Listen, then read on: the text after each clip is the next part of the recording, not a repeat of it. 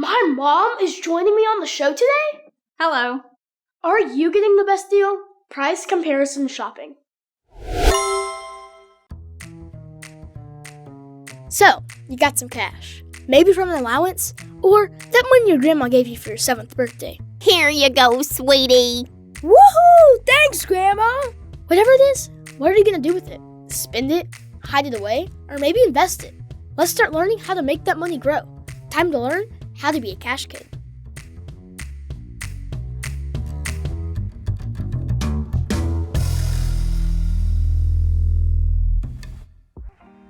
Welcome back, Cash Kid audience. We are so excited every week to see our listener count grow and your involvement in the Cash Kid movement to build the savviest and educated generation financially. I get asked a lot about how people can be a part of the Cash Kid podcast movement. First of all, you can follow us on our social channels at Instagram, Facebook, or YouTube. Just search Cash Kid Podcast and start following us. Interact with our content by sharing, liking, or commenting. Also, we've got merch. Purchasing this merch directly helps us continue to produce this podcast and help market our efforts. And join our mailing list. No, we actually don't send a lot of emails. Actually, it's just once a month. But this list is a great way to stay up to date on giveaways and a recap of what we covered on the podcast recently. Alright, let's jump into today's discussion, price comparison shopping. There are lots of ways parents can be involved in helping their kids learn about finances. I've had some instances over the last few months where my parents have stepped in to keep me or my siblings from making a quick purchase, to stop and think about it and do some more research before buying. One instance was when my dad took us fly fishing for the first time in March. I loved it. And I came home and right away started filling up my cart with brand new fly fishing gear. I wanted to go fly fishing again. My mom, however, was like, "Why are you buying new gear? Save your money and search trading sites and yard sales for used gear. You'll be able to spend half the money and you don't really need to buy new stuff, especially at your age." I knew then I needed to think more about comparing prices and options before I spent my hard-earned money. So, let's talk about how to get the most bang for your buck.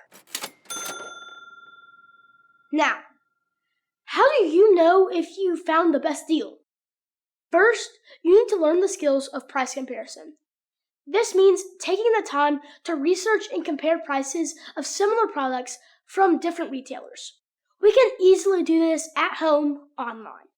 Many websites offer price comparison tools that allow you to easily compare prices from different retailers.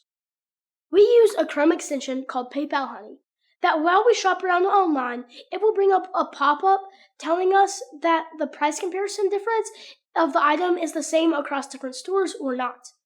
Then, when we go to check out, it will try out various coupons to see if any will work with our purchase.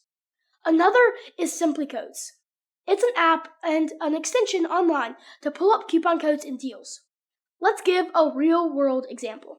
Let's say we're shopping for a new GoTrax electric scooter. First, let's search on Google. You may see right away options from different stores. Our Honey and Simply Codes widgets show up the side and will tell us the price difference between some stores, and Honey will actually tell us the price history of this item over time. So don't just settle for the first price you see. Another example is this past week, my little brother wanted to buy a new snow cone machine. We found one we wanted on Amazon for real cheap, but when we went to check out, the shipping was almost the same price as the item. Why does shipping a snow cone machine take $23? I don't even know. If I chose the next day, it was $109. And then I searched around and found one on a different website, which with a higher base price but a lower shipping price, which overall ended us at a lower cost than it would have been for our first option. So just by taking a couple 1 to 5 minutes to search around and use those widgets that pop up, we're able to save a lot more money just by spending a couple extra minutes, and we're still getting the same product. Now, I'm going to bring my mom into this conversation to share a few of her thoughts on price comparison. Welcome to the show, Mom. Thanks for having me, Cash Kid. And We may be the same height now. Taller. But anyway, what are some skills you were taught or learned about price comparison? Okay, well, I come from a long line of frugal women in my life. Probably until my 30s, I had what I termed full price phobia, which meant I would literally go without something I needed just because I wasn't willing to pay full price. I've grown out of that over the last 10 years, and we'll talk more about that later. I can remember, though, my mom taking me grocery shopping with her, and it felt like it took forever because, we would be searching through coupons my mom had clipped to only get those items that were on sale, and we had to have a coupon. So we had to stick to that. My grandmother was one of those people who was savvy enough to use coupons and watch sales to go to checkout, and the store would owe her money. So I remember seeing the receipts, so it was pretty impressive to see that. Now, using coupons grocery shopping, that isn't a big of a thing anymore. So it's been a shift to buying store brand items to save, or buying things when it's buy one, get one free, and stocking up. Now, you like to do that with gum. The Cash Kid loves gum. And if our Publix has it buy one, get one free, he always asks me to stock up and save that way. Yep. Now, buying in bulk at places like Costco and Sam's Club is a way to save with a lot of household items. I've done the price comparison on several items of buying a snack we like in bulk at Costco versus buying several boxes of the same item at a regular grocery store, and it's almost always usually cheaper to buy in bulk.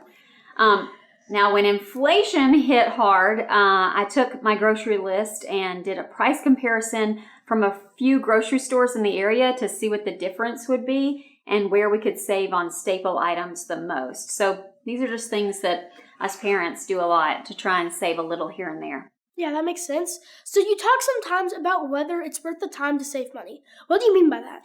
Yeah, so, before the internet, if you wanted to price compare, you had to drive around from store to store, which took up a lot of time. But today, which took up a lot of time. But today, we can easily do a lot of price comparison shopping online, especially for larger items like your GoTrax example. Before, moms had to go from store to store to check out the prices.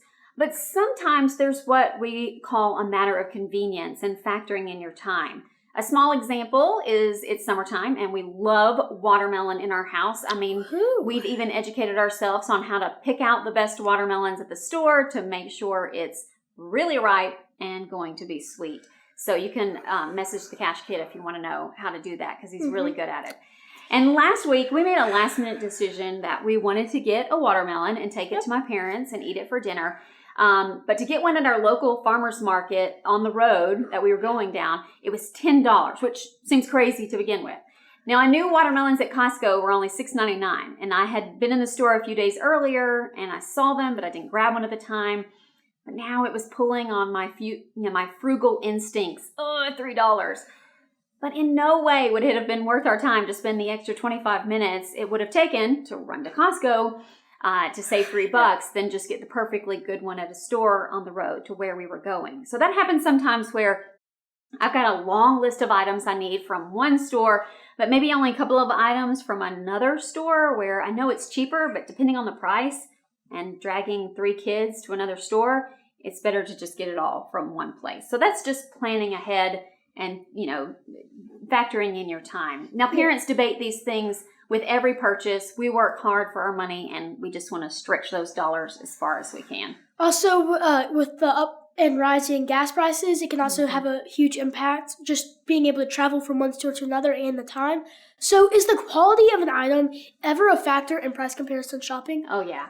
And this is something where I know kids don't like to ask their parents' input sometimes on things. They want to just make their purchase. But you need to get their advice, okay? Parents have been there, done that, made the wrong purchase, especially on a large item. And this also comes honestly with experience. It's important to learn how to be a smart and conscious buyer. Do your research first. If it sounds too good to be true, it probably is. Kind of like your example, the shipping was just as much as the item, even though the item was cheap. And I stated earlier how I used to say I had full price phobia, and I would buy the cheaper quality item, But over time, I realized if I would focus on buying more quality items, especially staple items, like let's just say a good pair of shoes, for instance, it would last me longer and it was a wiser choice. Now, sometimes a lower price may seem appealing, but if the quality is poor, well, you'll just end up spending more in the long run. Right. So always make sure to check the reviews and do your research before making a purchase. And also, we talked about in episode a couple of weeks ago about watching out for fake websites. So be sure to check out episode 34 to make sure you're purchasing from places that are legit. Yeah. So be able to check that out. Now, that doesn't mean I still don't try to shop for a deal on quality items. That's where your tips come in from earlier of shopping around online and using coupon codes. When there's a holiday, it's usually a good time to get a deal on an item that's usually not on sale. Yeah, Black Friday sales are a huge impact around the holidays to make people buy more items. Thanks, Mom, and I know you could talk about this for a long time. Trust me, she could. As I get a lot of input from both my parents on purchasing decisions. I felt some sarcasm there. Nope, just a little teenage eye roll. So, let's recap some tips here. Don't settle for the first price you see. Don't rush into a purchase, do your research, and pull up various store sites to compare prices. Search for coupon codes and deals. Check out simplycoast.com or the PayPal Honey app. Consider buying used equipment. Check out Facebook and local trading sites or eBay. Sometimes buying in bulk is a better deal for families. Consider your time and spending extra time to get the best deal. And try to buy good quality items. We especially want kids to learn these skills early on in life. It's never too early to start learning how to stretch your money and make smart purchasing decisions. What tips do you have for price comparison shopping? We'd love for you to share that with us by emailing us at cashkidpodcast@gmail.com. Remember, anyone can be a cash kid. You just have to learn how to become one. Cash Kid, out.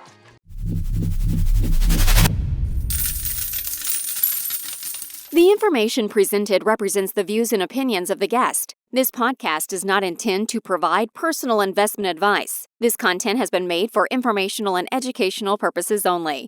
To make a full and informed investment decision, we advise you to speak with a financial advisor. And for kids, definitely your parents first before investing.